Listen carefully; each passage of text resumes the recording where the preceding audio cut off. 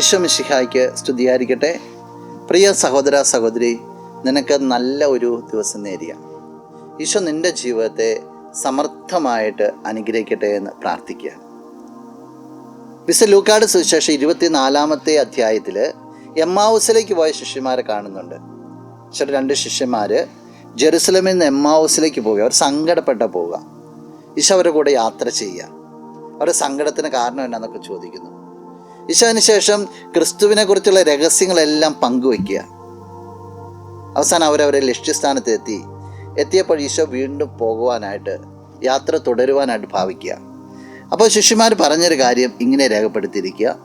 വിശുദ്ധ ലൂക്കാ അറിയിച്ച സുവിശേഷം 24-ാം അധ്യായം 29-ാം തിരുവചനം. അവർ അവനെ നിർബന്ധിച്ചുകൊണ്ട് പറഞ്ഞു, ഞങ്ങളോടുകൂടെ താമസിക്കുക, നേരം വൈകുന്നു, പകൽ അസ്തമിക്കാറായി.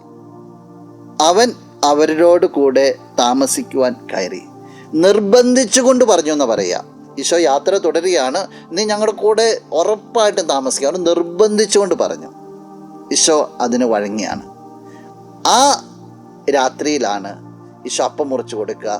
അവർ ക്രിസ്തുവിനെ തിരിച്ചറിയുക. ക്രിസ്തുവിനെ ജീവിതത്തിലേക്ക് അവർ നിർബന്ധിച്ചപ്പോൾ അതൊരു ക്രിസ്തു അനുഭവമായിട്ട് പിന്നീട് രൂപാന്തരപ്പെടുക. പ്രിയ സഹോദര സഹോദരി, ജീവിതത്തിലേക്കൊന്ന് നോക്കണം. ക്രിസ്തുവിന് നിൻ്റെ കൂടെ ആയിരിക്കുവാൻ, നിൻ്റെ ഭവനത്തിലായിരിക്കുവാൻ, നിൻ്റെ ജീവിത മേഖലയിലായിരിക്കുവാൻ നീ നിർബന്ധിക്കുമ്പോൾ അവൻ വലിയൊരു ദൈവാനുഭവമായിട്ട് മാറ്റപ്പെടും. ക്രിസ്തുവിനെ നിർബന്ധിക്കണമെന്നുണ്ടെങ്കിൽ ക്രിസ്തുവിൻ്റെ വചനത്താൽ നീ നിറയപ്പെടണം. എവിടെയാ ഈ രണ്ട് ശിഷ്യന്മാർ ഈശോനെ താമസിക്കാനായിട്ട് നിർബന്ധിച്ച് പോയ വഴിക്കെല്ലാം ക്രിസ്തുവിൻ്റെ രഹസ്യങ്ങളാണ് ക്രിസ്തു വിവരിച്ചു കൊടുത്തത്. വചനത്താൽ നിറയപ്പെട്ടിരിക്കുകയാണ്. വചനത്തിൻ്റെ നിറവിൽ നിന്നാണ് അവർ പറയുക, നാഥാ ഞങ്ങളോട് കൂടെ വസിച്ചാൽ, ഞങ്ങളോടൊത്ത് വസിച്ചാൽ. വചനത്തിൻ്റെ ആഴത്തിൽ നിന്ന് ക്രിസ്തുവിനെ നിനക്ക് നിൻ്റെ ജീവിതത്തിലേക്ക് ക്ഷണിക്കുവാനായിട്ട് സാധിക്കത്തുള്ളൂ. വചനത്തിൽ ആഴപ്പെടുക. അവൻ നിൻ്റെ ജീവിതത്തിലുണ്ടെന്ന് ഉറപ്പുവരുത്തുക. നമുക്ക് പ്രാർത്ഥിക്കാം. കണ്ണുകളടച്ച് കരങ്ങൾ കൂപ്പാം. നല്ലവനായ കർത്താവേ, നിന്നെ അങ്ങ് സ്തുതിക്കുന്നു, ആരാധിക്കുന്നു, മഹത്വപ്പെടുത്തുന്നു. നിന്റെ നിറ സാന്നിധ്യത്തെ നന്ദിയോടുകൂടി ഓർക്കുക. ഈ വ്യക്തി നിന്റെ നാമത്തിൽ അനുഗ്രഹിക്കപ്പെട്ടെ എന്ന് പ്രാർത്ഥിക്കുന്നു.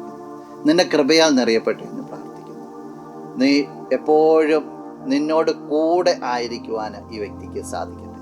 ഈ ദിവസത്തിന് വേണ്ട നന്മകൾ, അനുഗ്രഹങ്ങൾ, സംരക്ഷണങ്ങളെല്ലാം നൽകണമേ, ഇപ്പോഴും എപ്പോഴും എന്നേക്കും. ആമേൻ.